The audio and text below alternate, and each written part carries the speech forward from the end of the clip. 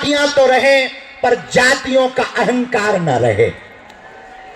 और अब प्रण ठान लिया, सबने मन में मान लिया, साधु संतों का कमंडल और बागेश्वर धाम का मंडल 16 तारीख तक चलेगा। गांव गांव गली गली में शोर होगा, सनातन का जोर होगा, हिंदुओं की एकता होगी, धर्म विरोधी और देश को बिगाड़ने वालों की ठटरी बजेगी।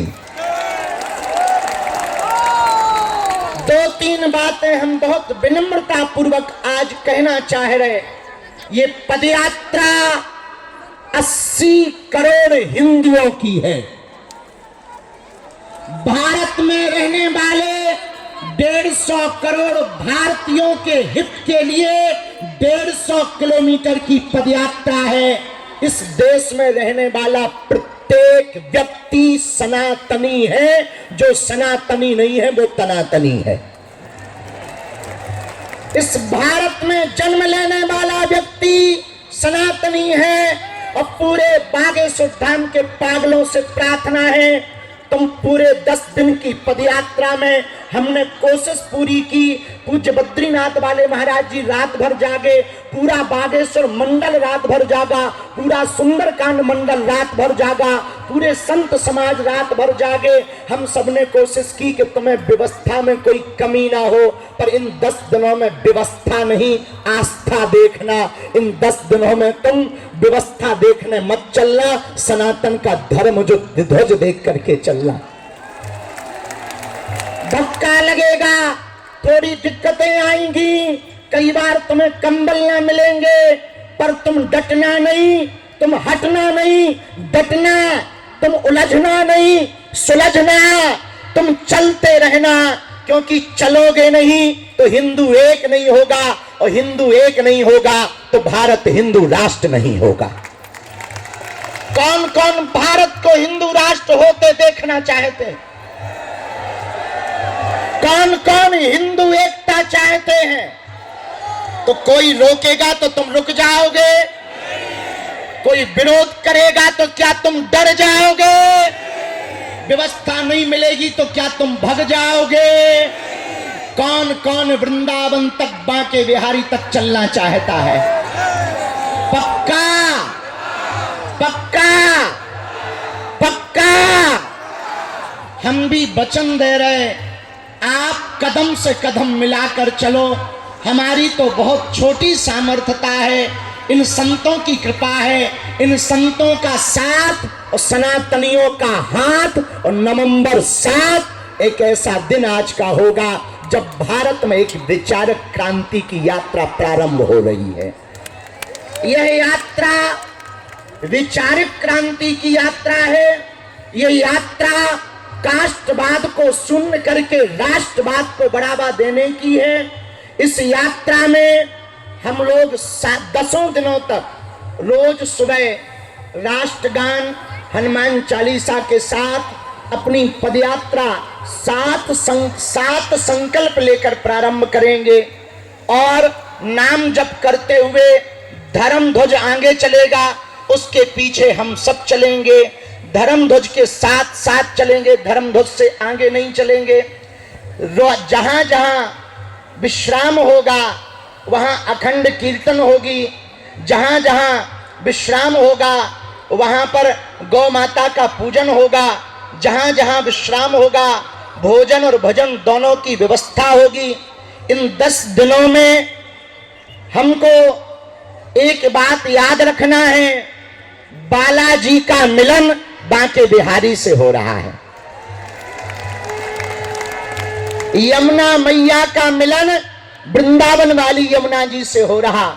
माया और शक्ति की नगरी से यह यात्रा माधव और भक्ति की नगरी वृंदावन तक जाएगी।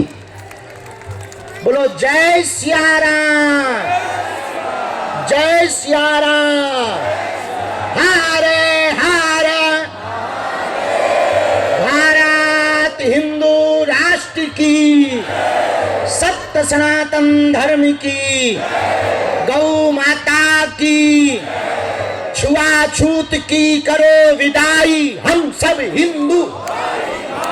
छुआछूत की करो विदाई, हम सब हिंदू।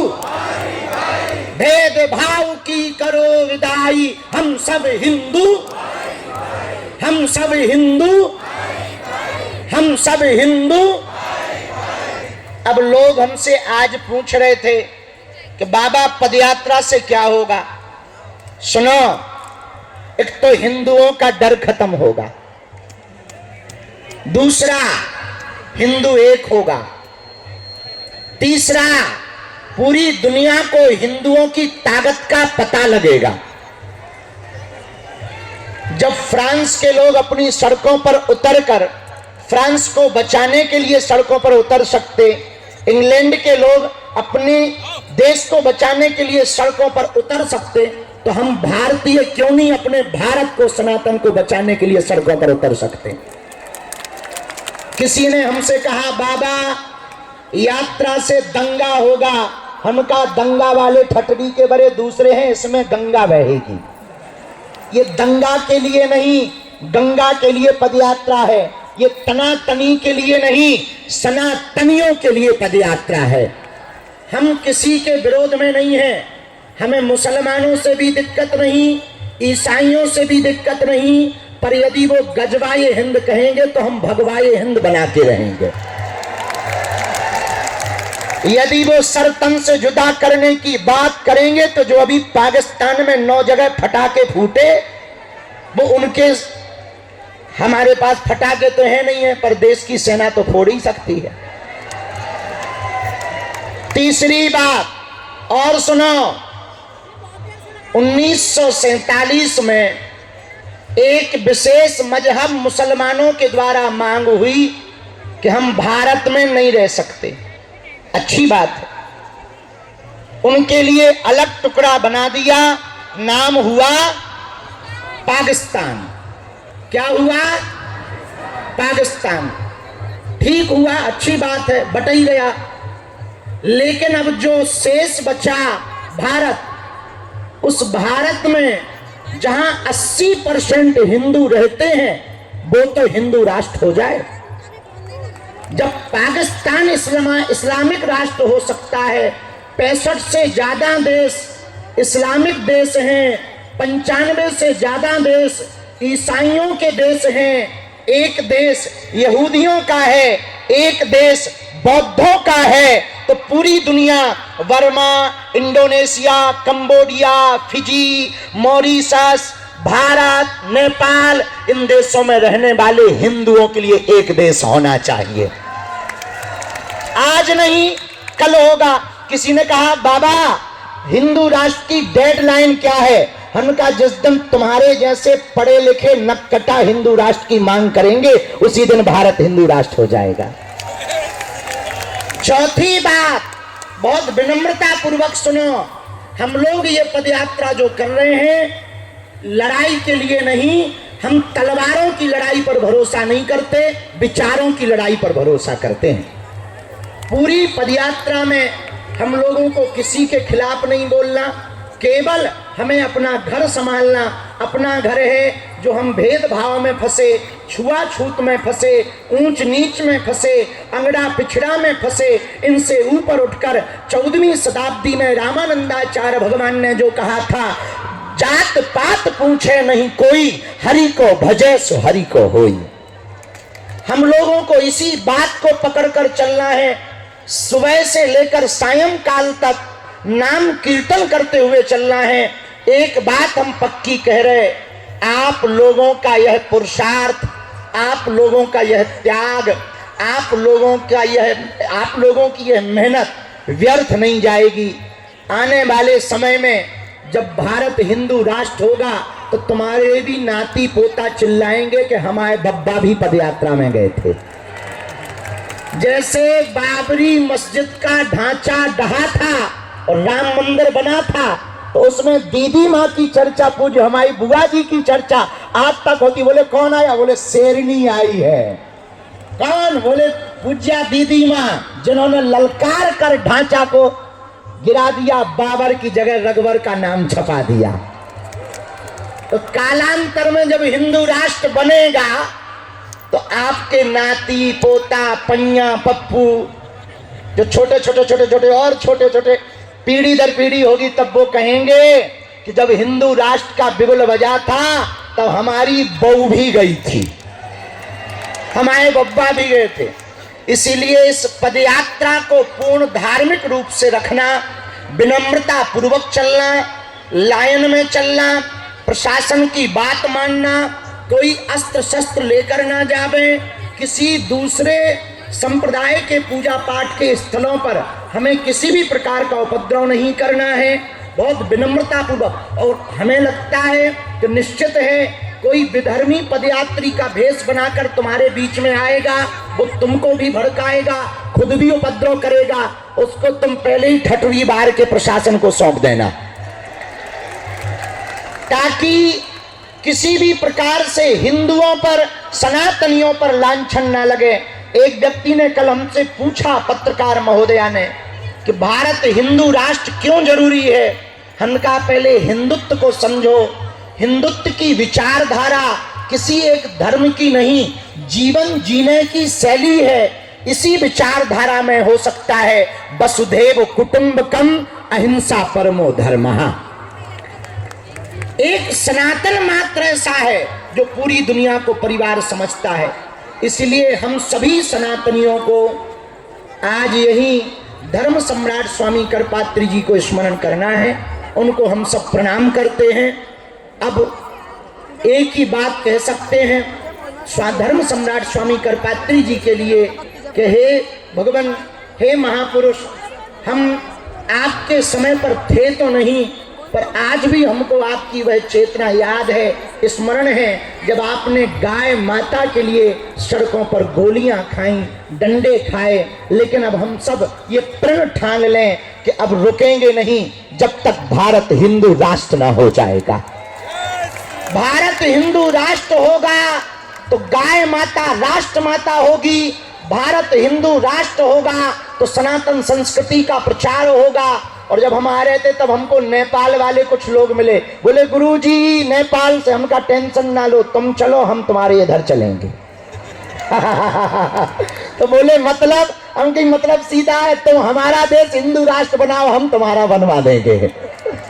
बड़े खुश हो गए, बोले गुरुजी बस इसीलिए आए। हम कहे नहीं चले चलो, 16 तारीख को मिलेंगे। तो 16 तारीख तक के लिए कौन कौन तैयार है? पक्का सावधानी पूर्वक चलोगे, भक्तों न जाओगे बीच में छोड़ के। और सुनो, हम बीच में आप लोगों को मिलते रहेंगे, हम स्वयं बुलवा लिया करेंगे, मिलते रहेंगे। जहां दोपहर के प्रसाद के लिए रुकेंगे या रात्रि के प्रसाद के लिए रुकेंगे तो बुलवा लिया करेंगे। रात्रि काल में भजन संध्या है, रोज एक ना एक संत आ रहे हैं, कभी कोई ना कोई महापुरुष आ रहे हैं, कोई ना कोई सिद्ध पुरुष आ रहे हैं जो आशीर्वाद देने भी आ रहे हैं। और भजन गाने के लिए भी भारत के बहुप्रसिद्ध लोग भी रात्रि काल में पहुंचेंगे। हम सब वहीं बैठ कर के सुनेंगे। आज वंदे मातरम गीत के 150 वर्ष चेतना के पूर्ण हुए हैं। आज हम सब, कुछ लोग भारत में ऐसे हैं उन्हें वंदे मातरम बोलने से दिक्कत है, तुम्हें है क्या? और जिन्हें है उन्हें भारत में रहना चाहिए क्या? जिन्हें वंदे मातरम से दिक्कत हो, लाहौर नजदीक है, खिसक लो। आओ आओ, अरे भाई तुम खाते भारत का हो, गाते पाकिस्तान का हो, ठटरी के भरे। तो वंदे मातरम बोलने से जिनको दिक्कत हो वो ज्यादा हो, टिकट हमसे ले लो लाहौर की। और करोगे क्या? 5वीं बात और अंतिम बात, अब हम क्योंकि बहुत लेट हो गए इसलिए चलेंगे। हाँ सुनो, धर्म ध्वज आगे चलेगा, हम ऐसे ऐसे आगे आ रहे हैं, तुम लोग भी भगदड़ न मचाना, सीधे चले चलना, ठीक है? और हमने देखा कुछ लोग आगे ही निकल गए, उन्हें समझाइयो जो मिले रास्ता में। हम जब आ रहे थे हमसे आगे ही पूरी चाट पकौड़ी पूरे नाश्ता उन्हें धर लिए। हम देखा था केवल दोना उड़ने लगे थे। हमने कहा यहाँ क्या है? 5 किलोमीटर पहले ही पहुंच गए। भैया हरो तुम न ऐसो करियो, पतो लगे कि जुको पदयात्रा लेके जा रहा हूँ सबसे पाछे हैं चेला उनके पहले ही आनंद लूट चुके हैं। हाँ, पिछली पद यात्रा में यही हुआ, इतने समोसा हमारे लिए धरे गए, एक तिनका ना मिला। आज भी हमने यही देखा, जिस रास्ते से हमारे थे साफ कचौड़ी वचौड़ी उड़ रही थी। हमने कहा ये कौन खड़े? बोले जत्था। हमने कहा किसका? बोले आपका। अरे हम कहा तुझे कर क्या रहे? बोले नाश्ता ले रहे, नाश्ता। हम कहा बहुत बढ़िया है। हमने पूछा पदयात्रा शुरू हो गई? बोले नहीं, वो तो पीछे आ रही, हम शुरू हो गए। हम कहा बहुत बढ़िया। हम कहा कहाँ के हो? बोले कहीं के नहीं है, बस आप ही के हैं। अब उन्होंने बल्कि नाम तो बताया, लेकिन वहाँ का नाम लेंगे बदनाम हो जाएंगे, काहे को बोले अपन, अभी उनको बुरा लगेगा। तो सब लोग भैया आगे ना चल रहा, थोड़ा हमारी भी देखत जाओ इज्जत। छोटे से बच्चे के प्राण लोगे क्या? इसलिए पहले हमको चलने देना, तुम भी चलो चलो, संत महात्मा आगे, फिर हम, फिर तुम, और अपन साथ चलेंगे। जो आगे निकल गए उन्हें समझा देना, ठीक है? और अपना सामान सुरक्षित रखना, प्रेम पूर्वक चलना। हाँ, हम अंतिम बात बताना भूल गए थे। अंतिम बात ये है, किसी ने हमको आते आते कहा, कुछ लोग कह रहे हैं कि पदयात्रा बीच में रुक जाएगी। सुनो, जब तक तन में प्राण है तब तक तो ना रुकेगी। इसके बाद में हम फिर आत्मा बन के बताएंगे। हाँ, और अपन अगर आत्मा बन के आ गए तो कोनो भी ताबीज भी काम नहीं करने हैं। कैसे अपन भी ताबीज ही बनाई था। इसलिए बिल्कुल मन में भय मत रखो। 1%